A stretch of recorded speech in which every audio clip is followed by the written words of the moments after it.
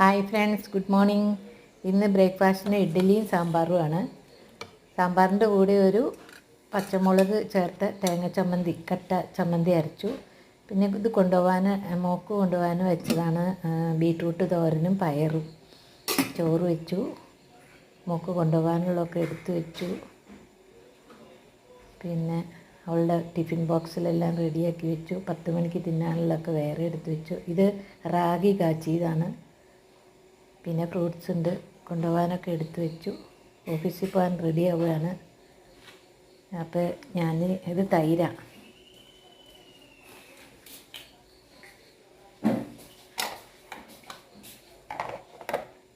അപ്പോൾ ഇതാണ് ഇന്നത്തെ ഞങ്ങളുടെ വിഭവങ്ങൾ. 2 പേരുള്ളവരിനൊക്കെ കുറേശ്ശേ ഉണ്ടാക്കിയിട്ടുള്ളൂ.